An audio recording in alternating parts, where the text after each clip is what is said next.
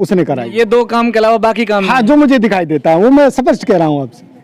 बाकी काम नहीं हुआ है। बाकी काम तो आप बता दीजिए कहाँ दिख रहा है। जो मुझे जब विधायक जी हारे 2009 में, क्षेत्र तो यही था।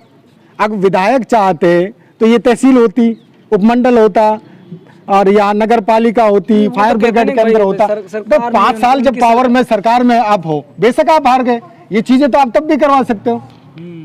ये तो तब भी करवा सकते थे ना। अच्छा, क्यों नहीं जब करवाई? वो हार गए सवाल थे तो और ये उठता सरकार है ना। कांग्रेस की थी, तब क्या हाँ, सरकार कांग्रेस की थी, भूपेंद्र सिंह हुड्डा की 2000। खास मुलाकात सुफियान सैफ के साथ सिर्फ और सिर्फ मेवात टाइम्स पर।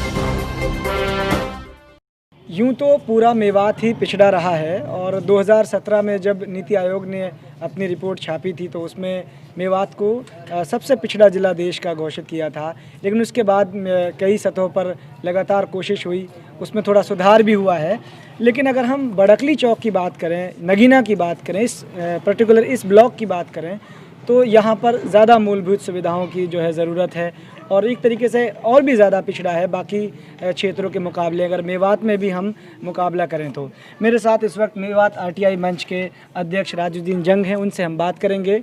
वो आने वाले समय में कुछ इलेक्शन भी लड़ सकते हैं तो उनकी नज़र है पूरे क्षेत्र पर, पत्रकार भी रहे हैं तो सारी चीज़ों पर उनकी गहराई से नज़र है। इसलिए हमने उनको चुना है कि वो बड़कली चौक के बारे में, मेवात के बारे में और इसी तरीके से ख़ासकर नगीना ब्लॉक की अगर हम बात करें तो उसकी जितनी भी मांगे हैं उन पे हम बात कर सकें। बहुत स्वागत है आपका मेवात टाइम्स में। मेवात टाइम्स का भी बहुत बहुत धन्यवाद कि वो मेवात के सबसे पिछड़े जो क्षेत्र नगीना में पहुंची है। एक बीच है, सारे रोड जो हैं, सारी सड़कें यहाँ से कनेक्टेड हैं। राजस्थान से भी अब सड़क जो है कनेक्ट होने वाली है तो बस अड्डा यहाँ पर डिज़र्व करता है। तो उसको आप कैसे देखते हैं जो प्रपोज़ल पास हुआ है? अब जो प्रपोज़ल पास हुआ है उसमें जो डिग्री कॉलेज है नगीना का, उसका जो फ्रंट है वहाँ बनाने की संभावना है। उसके अलावा जो आईटीआई की जगह पड़ी है, सामने खाली जगह पड़ी है, उसमें भी वो बन सकता है। बहुत लंबे वक्त से बस अड्डे की मांग लगभग 2 दशक से उठती आ रही थी, लेकिन सरकारें बहुत बदली और बीच में एक बार अनाउंसमेंट भी हुआ, लेकिन काम ज़मीन पर नहीं हो सका। और भूमि अधिग्रहण की जो प्रक्रिया थी 2011 में वो भी चली और फिर हाई कोर्ट के आदेश पर वो ज़मीन रद्द कर दी गई। तो अब नए सिरे से चीज़ें हो रही हैं और उम्मीद है आने वाले वक्त में ये चीज़ें बदलेंगी। वो 8 मांगें जो आपने एक सूत्र में बांधी हैं उन पे अगर हम बात करें तो उसमें जो नगीना का जो पीएससी है उसको अपग्रेड ये हो गया था 7 अक्टूबर 2013 में। 6 दिन की हमने हड़ताल की थी यहीं नगीना के गोरवाली चौक में, तब जाकर ये अपग्रेड हुआ। वहीं जो बिजली उपमंडल था वो भी तभी अपग्रेड हुआ नगीना में, नहीं तो एसडीओ फिरोजपुर जिला बैठता था। और जो नगीना का गर्ल स्कूल है 10वीं का, वो भी 23 सितंबर 2014 को तभी धरने के बाद अपग्रेड हुआ। ये 3 मांगे तब हमें मंजूर की थी। लेकिन जो पीएससी की हम बात करें, सीएससी अपग्रेड की, तो आज तक इसकी ना तो बिल्डिंग आपको ज़मीन पर दिखाई देगी, ना ही इसका स्टाफ दिखाई देगा, क्योंकि सरकारें ध्यान नहीं दे रही नगीना के ऊपर खासकर। क्योंकि नगीना के इसलिए मैं कह रहा हूँ, यहाँ आज भी देखें तो सीएससी नहीं है, अनाज मंडी नहीं है, बस अड्डा नहीं है, नगर पालिका नहीं है, एसडीएम यहाँ नहीं बैठता, उपमंडल नहीं है, फायर ब्रिगेड के अंदर नहीं है और बैंक्स नहीं है। लोग परेशान हैं, विश्राम गृह तक भी नहीं है, रेस्ट हाउस जिसे कहते हैं। ये मूलभूत सुविधाएं, अभी जो मूलभूत सुविधाओं की मैं बात कर रहा हूँ, ये फिरोजपुर जिला, नूह, पुनाना और तावड़ू यहाँ हैं, लेकिन नगीना जो क्षेत्र है ये वंचित है इन सुविधाओं से। अगर हम बात करें जैसे उप तहसील की आपने बात करी, यहाँ पे जितने भी अफसरान हैं, अधिकारी हैं, कोई कहीं बैठा है, कोई कहीं बैठा है। एक आम इंसान अगर अपने काम कराने चले तो उसे पटवारी कहीं अलग मिलेगा, उसकी जो बिल्डिंग है वो भी पर्याप्त नहीं है, या ये कहिए कि परमानेंट कोई बिल्डिंग नहीं है उप तहसील की। सिर्फ जो खंड विकास एवं पंचायत अधिकारी का ऑफिस है बीडीपीओ का, उसे छोड़कर सभी जो कार्यालय हैं ब्लॉक स्तर के सरकार के, वो उधार की बिल्डिंगों में चल रहे हैं, किराए की बिल्डिंगों में चल रहे हैं। तो सरकार तो यहाँ पर ध्यान नहीं दे रही। इसलिए मजबूरी में जो 22 नवंबर आ रहा है, वैसे डिप्टी सीएम, हाँ बिल्कुल, दुष्यंत चौटाला का यहाँ पे कोई दौरा होने वाला है। हाँ, एक रैली है किसान रैली के नाम से, बड़कली चौक पर नगीना में 22 नवंबर को।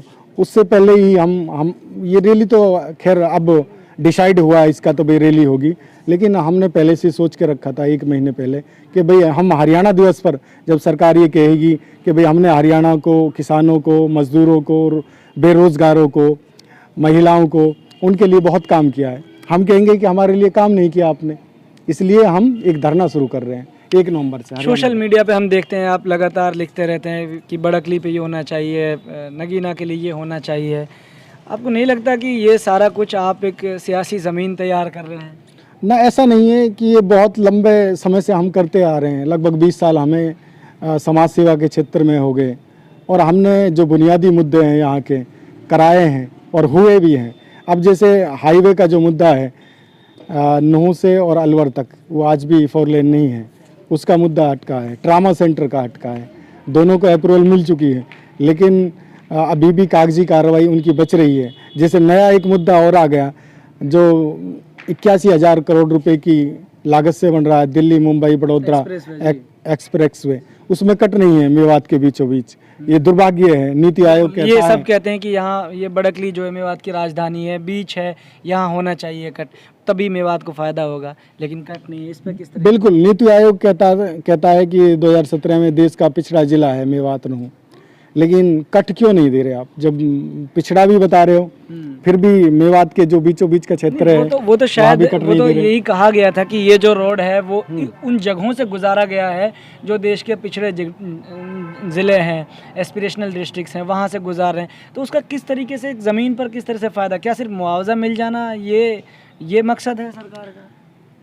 यहाँ के जो किसानों को मुआवजा मिला है वो दूसरे जिलों से कम मिला है, ये भी मैं आपको बता दूँ, ये नई बात है। और इस एक्सप्रेसवे के बनने के बाद यहाँ मुझे नहीं लगता कि कोई तरक्की होगी जी, क्योंकि आप जब कट ही नहीं दे रहे, कौन उस पर चढ़ेगा? आप कह रहे हो उसके ऊपर ही होटल होंगे, पेट्रोल पंप होंगे, तो जो मेवात के हैं, किसान हैं, युवा हैं, बेरोजगार हैं, वो अगर दिल्ली से कनेक्ट होना है, उनको मुंबई से कनेक्ट होना है, तो उनको तो बड़े लंबा जी, उनके रोजगार की भी आप बात करते हो, वो क्या करेंगे आप बताइए, जब आप कहीं से भी उससे कनेक्ट नहीं हो रहे। यहाँ की तो जमीन यूज की है सरकार ने, यहाँ के लोगों को मुआवजा दे दिया और बात खत्म। हाँ, मुआवजा दे दिया और बात खत्म। उनको विकास में भागीदार नहीं कर रहे मेवात वालों को, ये दुर्भाग्य है देश का। तो आखिरी सवाल आपकी पर्सनल उससे हम करना चाह रहे हैं कि अब आप जो है इलेक्शन लड़ने वाले हैं, क्या कहेंगे इसको लेकर? जहाँ तक चुनाव की बात है, आगामी पंचायत के चुनाव आ रहे हैं जी। जो मिसेज सबीला जंग हैं वो जिला पार्षद का चुनाव लड़ेंगी, जो मेरी वाइफ है, क्योंकि महिला सीट है। अगर महिला सीट नहीं होती तो शायद मैं खुद ही लड़ता। मैं आपको इरादा पहले से बना रखा था? हाँ, इरादा मैंने देखा कि राजनीति है, राजनीति में गंदे लोग बहुत हैं। जब ये गंदगी बढ़ जाएगी तो समाज का विनाश करेगी, इसलिए इस गंदगी को हम एक तरीके से साफ करें खुद। जब हम करते आ रहे हैं, अब तक प्रयास करते आ रहे हैं, तो हम चाह रहे हैं कि हम इस सिस्टम में, हम इस पावर में घुसें और यहाँ का विकास करें, क्योंकि हम ज़मीन से जुड़े लोग हैं। हम जानते हैं किसान की क्या ज़रूरत है, हमारे युवा की क्या ज़रूरत है, मजदूर की क्या ज़रूरत है, महिलाओं की क्या ज़रूरत है। अब लोग आप देख रहे हो जो चुने हुए हैं अब तक, तो वो हवा हवाई है। मैं नहीं समझता कि ज़मीन से जुड़े लोग हैं। नहीं, पर्सनल हम चलो नहीं भी हों, तो अगर पूरे ब्लॉक की बात करें तो जो गाँव का जो विकास है और सरपंचों का इसी तरीके से जो यहाँ के पार्षद चुने गए हैं अब तक, तो उनका इस ब्लॉक को खासकर पिछड़े होने में उनका कितना आप योगदान मानते हैं या उनकी कितनी लापरवाही? जो पिछड़ेपन की मैं बात करूं नगीना क्षेत्र की, तो उसके लिए यहाँ के जो नेता हैं या मंत्री पहले रहे हैं इस क्षेत्र से, या मौजूदा सरपंच हैं, पार्षद हैं, ब्लॉक समिति हैं, वो सब जिम्मेदार हैं। क्योंकि उन्होंने आवाज़ क्यों नहीं उठाई? एक भी धरना देख लीजिए उनका कोई करा हो, किसी नेता ने, मंत्री ने, किसी विधायक ने, उसके अलावा पार्षद, सरपंच, ये सारी चीजें किसी ने नहीं किया। विधायक का जिक्र है कि इसलिए चुने जाते हैं ये सारे लोग कि ये जो बुनियादी मांगे हैं उनको उठाएं, लोगों की समस्या का हल करें, इसलिए तो चुनते हैं हम। और यहाँ तक कि मैं आपको बताऊं, आपके बिंदु पे भी हम आ जाएंगे कि गांव में मान ले मैं सरपंच का विरोधी रहा, दूसरी पार्टी में रहा, ठीक है, मैंने उसको सरपंच को वोट नहीं दिया। अब आप किसी भी गांव का खाका तैयार करोगे, छानोगे, तो उस क्षेत्र में विकास नहीं मिलेगा आपको, जहाँ वोट उसको नहीं मिले कि उनके साथ भेदभाव हो रहा है विकास में भी। ये मतलब नहीं होना चाहिए। जिसने मुझे वोट दिया नहीं दिया, जो गांव का सरपंच है या पार्षद है, विधायक है, हर चप्पे चप्पे पर विकास होना चाहिए जो सरकार चाहती है। विधायक का जिक्र आया तो तकरीबन 1 साल पूरा हो चुका है, तो कितना बदलाव देखते हैं कि खासकर नगीना ब्लॉक में? ठीक है, फिरोजपुर की असेंबली सीट से विधायक नए चुने गए, तब्दीलियों की बड़ी उम्मीद थी, नए एक लीडर निकल के आए, तो नगीना ब्लॉक पर्टिकुलर हम बात करें तो पहली बात तो ये है कि जो हमारे विधायक हैं फिलहाल यहाँ से, वो जमीन से जुड़े तो विधायक है नहीं कि पहले से उन्होंने जमीन पर यहाँ मशक्कत की हो, मेहनत की हो, तब जाकर उनको चुना हो गया। कहा तो यही जाता है कि भाई वो 2 बार वो हारे तो उन्होंने बड़ी मेहनत की, जमीन से जुड़े हुए थे। तो मेहनत तो सिर्फ वोट लेने के लिए की है, लोगों के विकास करने के लिए नहीं की। जब विधायक जी हारे 2009 में, क्षेत्र तो यही था। अगर विधायक चाहते तो ये तहसील होती, उपमंडल होता और यहाँ नगर पालिका होती, फायर ब्रिगेड केंद्र होता। तो 5 साल जब पावर में सरकार में आप हो, बेशक आप हार गए, ये चीजें तो आप तब भी करवा सकते हो, ये तो तब भी करवा सकते थे ना। अच्छा, क्यों नहीं करवाई? वो हार गए सवाल थे तो और ये सरकार उठता ना। कांग्रेस की थी, तब क्या हाँ, सरकार कांग्रेस की थी, भूपेंद्र सिंह हुड्डा की। 2000 बीजेपी को वोट तो मिलते नहीं यहाँ से, उनका कोई विधायक होता तो हम समझते कि हाँ ठीक है, लेकिन फिर भी काफी विकास यहाँ हुआ है पहले के मुकाबले। मैं कहूँगा जो रफ्तार कहीं ना कहीं भूपेंद्र सिंह हुड्डा छोड़ के गए थे, उस पर आज की तारीख में विधायक ने कराई होगी ना। ना मनोहर लाल कायम है। विधायक तो अभी चुना 1 साल हुआ है। विधायक का जो मोटा सा काम मेरी समझ में आता है, एक जो बादस का जो ट्रांसफार्मर है उसकी मैं कह सकता हूँ, और जो यहाँ नहरों की सफाई है तो वो भी उसने कराई। ये 2 काम के अलावा बाकी काम हाँ, जो मुझे दिखाई देता है वो मैं स्पष्ट कह रहा हूँ आपसे। बाकी काम नहीं हुआ है। बाकी काम तो आप बता दीजिए कहाँ दिख रहा है। जो मुझे दिख रहा है मैंने बता दिया आपको। चलिए खैर, ये अब 1 साल हो गया जी, 26 तारीख को सरकार को बने 1 साल हो 1 गया। साल हो गया, ठीक है। आज मनोहर लाल मना भी रहे हैं स्थापना दिवस 1 साल का, उसका उद्घाटन भी सुबह उन्होंने किया, कई चीजों का। हाँ, मेवात के लिए कई सारी उन्होंने स्कीमों का, योजनाओं का जो जी, है शिलान्यास किया है। मैं ये समझता हूँ कि अभी भी जो हमारे यहाँ के विधायक हैं मेवात के 3 सीटों से, वो भटके हुए हैं। आज भी वो बुनियादी जो मुद्दे हैं, जो ग्रामीण के मुद्दे हैं, किसान के मुद्दे हैं, महिलाओं के मुद्दे हैं, बेरोजगारों के मुद्दे हैं, युवाओं के मुद्दे हैं, प्रदर्शन तो होते हैं, प्रदर्शन तो उनको नहीं उठाते। वो तो जब सरकार की नीतियों के खिलाफ करते हैं, विकास के लिए क्यों नहीं करते? आप सरकार की नीतियों के खिलाफ तो प्रदर्शन करने के लिए तैयार हो, जब आप विकास के लिए क्यों नहीं करते? आप यहाँ के जो बुनियादी विकास से वंचित हैं लोग, उनकी उन पे धरना नहीं होता। हाँ, उन पे धरना नहीं होता, क्यों नहीं होता? ये सब बड़ा सवाल है। जैसे अभी ये कट का मामला बता रहे हैं, इस पे कोई मतलब धरना होना चाहिए। दिल्ली से मुंबई इतना बड़ा एक्सप्रेस वे बन रहा है, मेगा हाईवे बन रहा है, उस पे धरना क्यों नहीं करते विधायक जी? कट के लिए भाई कट नहीं दे रही सरकार, मैं धरने पे बैठता हूँ। विधायक धरने पे बैठ जाएंगे तो काम कौन करेगा? मुझे 85,000 लोगों ने चुना है, 85,000 लोगों ने, 10-20 हजार तो आ ही जाएंगे विधायक के कहने से। आप ये तो मानिए, मांग तो 1 दिन में पूरी हो जाएगी। तो मतलब सीधा सा आप आरोप ये लगा रहे हैं कि विधायक की मंशा ही नहीं है। हाँ, मुझे नहीं लगता कि मनसा है। मनसा होती तो उनका स्टेटमेंट इसके बारे में नहीं आया ठीक से स्टेटमेंट तो आना चाहिए था, चेतावनी देनी चाहिए थी सरकार को कि भाई अल्टीमेटम होता कि भाई आप ये कट नहीं दोगे हमें तो हम धरना करेंगे। नसीम अहमद भी 2 बार एमएलए रहे, तीसरी बार वो चले बीजेपी के और सरकार में है, उनको आप कितना मतलब भागीदार मानते हैं इस पिछड़ेपन में? नसीम अहमद आजकल बीजेपी में है, सरकार तो है ना, हाँ, मलाई खा रहे हैं बीजेपी में आकर। और जब सत्ता में थे 10 साल, जब तो कुछ किया नहीं क्षेत्र के लिए, नगीना भी पिछाड़ दिया और फिरोजपुर जिरका भी, अब दोनों ब्लॉक पीछे रह गए। कतई ये कहूँगा उसको दावत खाने से फुर्सत नहीं मिली, सोने से फुर्सत नहीं मिली। जो फरियादी उसके घर गए उनकी आवाज़ नहीं सुनी गई। वो भी बहुत ज़्यादा जिम्मेदार है नगीना के पिछड़ेपन के लिए। हाँ, मैं एक चीज़ कहूँगा, मामन की जो मुझे खासियत लगी, जैसे नहरों की सफाई वाला जो मुद्दा था, बिल्कुल बेबाक होके उसने कराया। आज सफाई हो चुकी है सारी नहरों की, नगीना खंड की तक, ये बड़ी बात है। अब चूंकि बुआई का समय है, अभी तो पानी की ज़रूरत सख्त है, किसानों को इस वक्त पानी की ज़रूरत है, और मेवात के लिए वैसे ही पानी का हमारा लगातार मुद्दे उठ रहे हैं। अब गोहाना ये इसी असेंबली सीट का हिस्सा है, इस तरीके से मालब है, आकेड़ा है, वो चलिए ठीक है नूह में आते हैं, लेकिन पानी की ज़रूरत उन्हें भी है, मेवात का हिस्सा है, वहाँ पानी नहीं है। क्या यहाँ पे विधायकों की ना मैं ये समझता हूँ।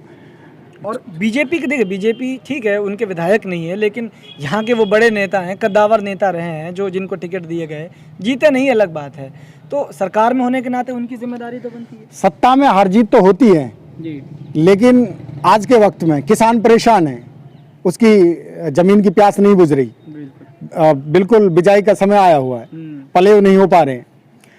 अब चौधरी नसीम अहमद साहब को, चौधरी मामन खान को एकजुट होकर एकजुट होना चाहिए ना, मेवात के मुद्दे तो एक है ना, मुद्दे एक हैं, किसानों के लिए एकजुट होकर सीएम से मिलना चाहिए, नहरों में पानी छुड़वाना चाहिए। इस तरह की खबरें आ रही हैं कि यहाँ पे इस तरह की भी सियासत चल रही है कि अगर एक कोशिश करता है तो दूसरा पानी रुकवाने की भी कोशिश, इस तरह के आरोप भी लग रहे हैं। ये आरोप नहीं है, ये सच्चाई है, ये नूह में देखने को मिल रही है। एक वहाँ का हारा हुआ एमएलए पानी नहीं छोड़ने देता, जो मौजूदा एमएलए है वो प्रयास करता है भाई पानी छोड़ो। देखो ऐसे तो हम नहीं कह सकते ना कि वो पानी, वो भी तो चाहेगा कि उसके भी तो वोटर्स हैं, उनको पानी मिले, ऐसे थोड़े। जो सच्चाई निकल के आई यही आई कि जो हार गया वो कहता है कि मुझे तो वोट नहीं मिले तो मैं कैसे पानी छुड़वाऊं, दोबारा भी तो नहीं मिलेंगे फिर। अब ये तो उनको सोचना चाहिए। अब तो किसान परेशान है, जब वक्त आएगा तो दोबारा भी नहीं देंगे, जब उनको पानी नहीं मिलेगा। तो मैं तो ये समझता हूँ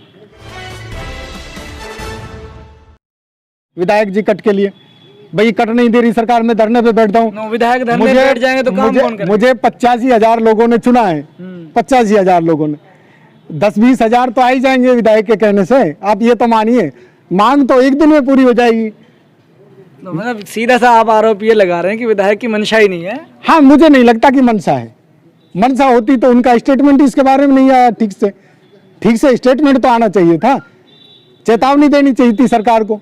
ये चूंकि अब इलेक्शन का माहौल धीरे धीरे गर्म होने वाला है और जल्द ही पंचायत चुनाव होंगे, हालांकि ये कोई असेंबली के चुनाव नहीं है, लेकिन राजुद्दीन जंग मेवात आरटीआई मंच के अध्यक्ष होने के नाते, एक पत्रकार होने के नाते और इसी तरीके से अब जिला पार्षद में उनकी एक भागीदारी होने के नाते से जिस तरह के उनके आरोप हैं विधायक पर, कहीं ना कहीं विधायक को इन पर नज़र तो करनी ही होगी। और तभी जाके कहीं ना हम ये देख सकते हैं कि जो नगीना ब्लॉक है खासकर, उसकी विकास की बातें हों, वो कम से कम वो चर्चा में आए। ये यहाँ के लोगों की मंशा है, यहाँ के लोगों की चाहत है। मेवात टाइम्स के लिए नगीना से सुफियान सैफ। इसी तरह की और वीडियोस देखने के लिए मेवात टाइम्स टीवी का यूट्यूब चैनल सब्सक्राइब करें, बेल आइकन प्रेस कर दें और फेसबुक पर हमारा पेज फॉलो कर लें। शुक्रिया।